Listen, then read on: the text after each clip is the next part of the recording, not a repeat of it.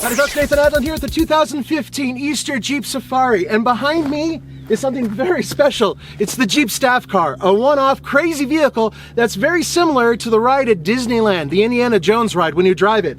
And you're gonna find out all about it coming up now.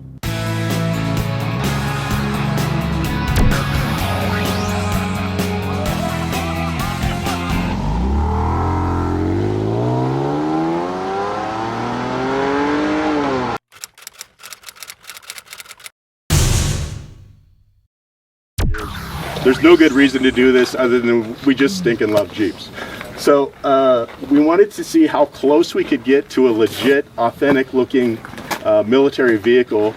Of course we make the J8 in Egypt. This is really just a caricature of a World War II vehicle. Started with a Rubicon. So just a few weeks ago, this was a beautiful black 10th anniversary with red leather interior. And we set about destroying it by making it look like this. 2-inch Mopar lift kit on it, steel wheels, NDT tires. They're 35-inch NDT tires, which I've honestly never driven on the street. So far, so good. All right, folks, I'm in the Jeep Staff Car. This is a riot. No, it will not be at your local dealership, most likely ever. Part of the reason why is because I'm sitting in a seat that has a lap belt. And also there are no doors, nor is there a pillar here.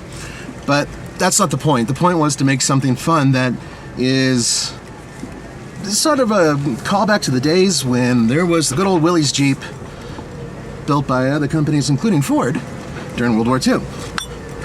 They didn't mention that part. Now, I need to show, you're gonna see this later on with the B-roll. The gear lever is a hand grenade. I kid you not. It's awesome. It's not easy to use because it's sort of, well, it's not ergonomically built, but it is just a riot.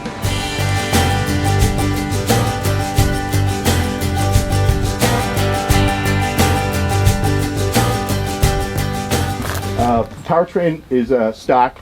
It's 3.6 with a manual trans. Got bumpers off of the J8 and helicopter hooks from the J8. A few corny details to it. The color is, I call it a government paint job, where they tape off the windshield and the tires and then paint the whole thing. Of course we did it, you know, meticulously, took every nut and bolt off and painted those and put it back together.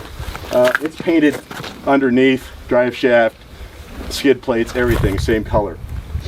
The color, we took to our color studio a cardboard box and said match this. That's the color on it.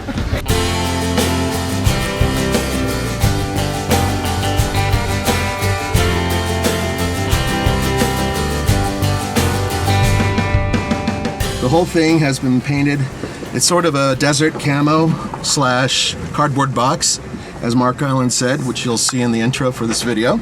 But it does remind me, my dad used to have a Jeep called a Mighty Mite. For those of you who are Jeep fans, you'll know what that is. Very special, very unique Jeep, built back during Vietnam. Anyway, it kind of reminds me of that. But this is quiet.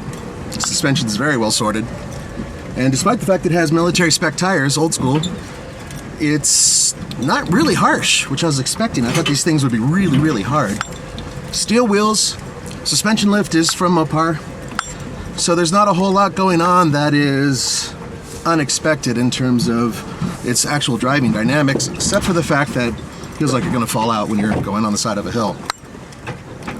I have it in low. 6-speed manual, which is the way I like it. And yeah, not really worried about anything that's out here. This terrain is only super challenging for the little Renegade, which I will be driving later.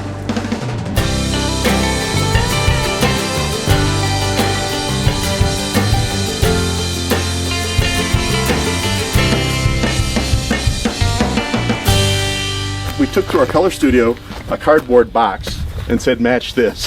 That's the color on it.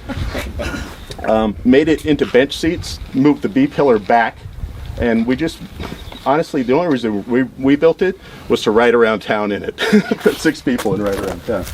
Pretty cool. Didn't miss a detail. If you get behind this vehicle or you see it going down the road, you'll swear it's a legit military vehicle. It's pretty cool.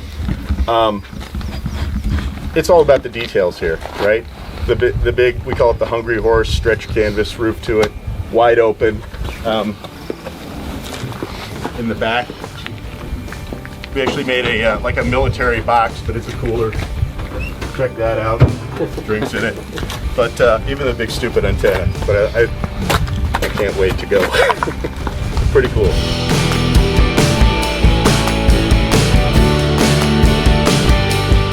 Now this year they didn't do anything crazy with like adding big V8s or what I was kind of hoping to see, the Hellcat in one of these things, which would have been ridiculous, but they're fairly realistic in some of the upgrades.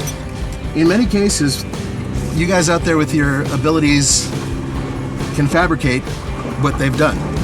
Well, this might be a little bit of a stretch, especially with this canvas roof, but it is not beyond the realm of possibilities. And that's part of the point. You can actually go to Mopar and find some of the parts to make these vehicles to a certain degree. Other ones are going to be nearly impossible.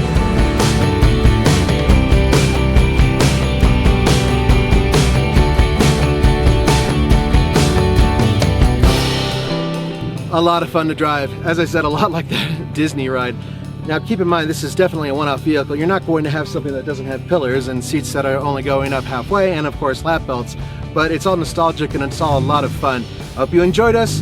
Come back to tflcar.com for news, views, real-world reviews. See you later.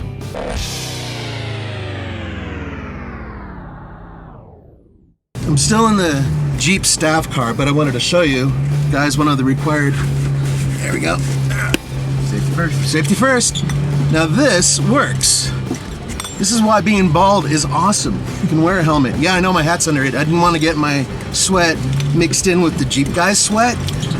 It's said that some of them from the past secrete some sort of weird fluid that has high viscosity, and it's actually marketable.